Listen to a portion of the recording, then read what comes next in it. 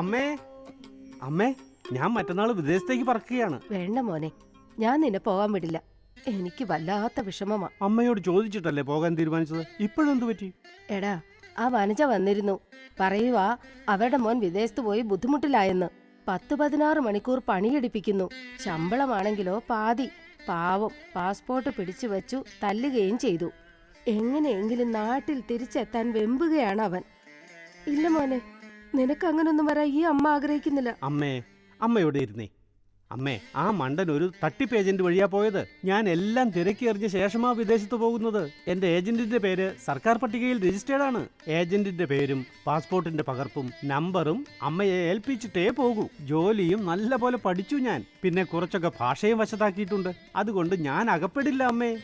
പക്ഷെ മോനെ, നിന്റെ പരിചയക്കാരൊന്നും ഇല്ലല്ലോ അവിടെ. അമ്മേ, അവിടെ ഭാരത സർക്കാരിന്റെ കാര്യാലയമുണ്ട്.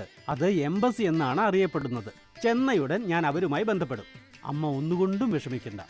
സന്തോഷത്തോടെ എന്നെ യാത്രയാക്ക്.